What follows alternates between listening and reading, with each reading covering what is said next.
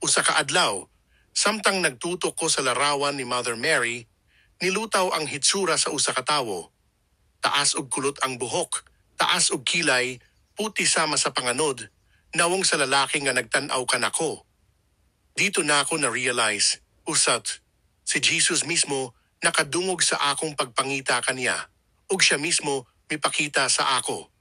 Pagbasa nako sa Ebanghelyo ni Mark, Matthew, Luke ug John, dito na ako mas nailhan ang tinuod nga Jesus. Ang iyang mga milagro, ang iyang pagtulunan, ug ang iyang gahom batok sa mga dautang espiritu. Nailapod nako ang kinabuhi ni Paul ug ang mga apostoles nga gihatagan og gahom aron ipakita nga sila tinud-anay nga gipadala sa Ginoo. Mga igsoon, dugay ko na minaw sa Ginoo ani. Niingon ko pa kaniya, Lord, naa naman ang imong Biblia. Kung dili gani sila mubasa, mutuo pa kaha sila nako?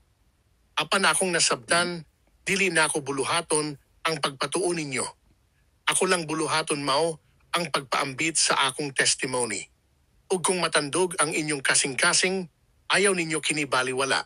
Pag hinulsuldayon sa inyong mga sala, pangayo ug giya sa Ginoo.